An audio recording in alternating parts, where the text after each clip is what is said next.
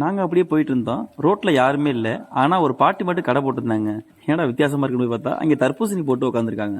அவங்கள்ட்ட கேட்டோம், என்ன பாட்டி யாருமே இல்லை, எப்படி நீங்கள் சேல்ஸ் பண்ணுறீங்கன்னு.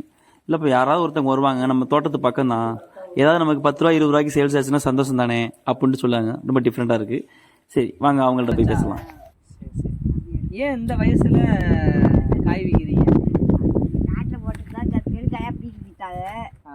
அந்த ஒரு கொஞ்சம் வீட்டு காய் காட்டில் அடைச்சு நம்ம செலவு கட்சி அம்மு 4 காயை கணக்கு வீட்டில் விட்டா 6 போகிறது அடுங்க நடந்து வச்சுக்கிட்டு வயசான காலத்துல உழைச்சு சாப்பிடணும்னு ஒரு இதில் இருக்கீங்க. சரி எல்லாத்தையும் நாங்கள் வாங்கிக்கிறோம். எல்லாத்தையும் அப்படியே எடுத்துட்டு வைப்பா சேர்த்தாப்புலே. சரி எல்லாத்தையும் வாங்கிக்கிறோம். அப்படியே சாக்கு அள்ளி கட்டிட்டு போங்க. 100 ரூபா இருக்கு. ஓகேங்களா? 100 ரூபா வச்சுக்கோங்க. 7 சாப்பிட்டு வர்றோம்.